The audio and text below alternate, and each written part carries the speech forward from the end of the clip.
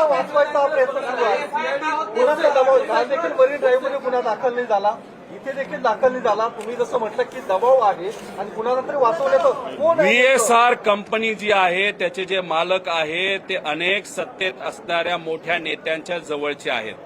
रोहित सिंग हा जो डायरेक्टर आहे त्याच्या लग्नासाठी महाराष्ट्रातून फार मोठा नेता लग्नाला गेला होता.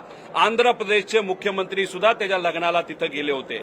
आंध्र प्रदेशच्या मुख्यमंत्र्यांची एक कुठली ती व्यक्तिगत फायनान्सची कंपनी NBFC, त्या कंपनीने VSRला तिथं निधी दिला.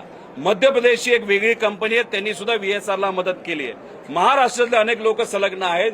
VSRला का वाचवण्याचा प्रयत्न होतो हे आम्हाला कळत आहे. दुसरं, दादांना म्हणजे ते लेअर जेट नावाचं विमान हे खराब होतं, हे तिथं DGC आता सांगते. मग हे खराब विमान हे अजितदादांना मुद्दामून दिलं गेलं का चुकून दिलं गेलं, असाही प्रश्न आता आम्हाला त्या ठिकाणी पडायला लागलेला आहे. त्यामुळे ह्या सगळ्या गोष्टीकडे बघत असताना कुठंतरी कोणाचा तरी मोठ्या व्यक्तीचा हा हात आहे. आणि FIR हा ऍक्सिडेंटवर होतोय, हा FIR ऍक्सिडेंटवर होतोय. आमचं मत आहे ऍक्सिडेंटवर करा, FIR नाही, इन्व्हेस्टिगेशन. FIR तर झालाच नाही, इन्व्हेस्टिगेशन ऍक्सिडेंटवर होतोय. आमचं मत आहे ऍक्सिडेंटवर पण करा आणि घातपातावर म्हणजे क्रिमिनल अँगल आहे का हे सुद्धा तिथं बघा. पण हे यांच्याकडनं पोलीस प्रशासनाकडनं मान्य केलं जात नाही म्हणून FIR होत नाही. म्हणजे कोणा ना कोणातरी मोठ्या व्यक्तीचा या मागे हात आहे असं आपल्याला म्हणावं लागेल.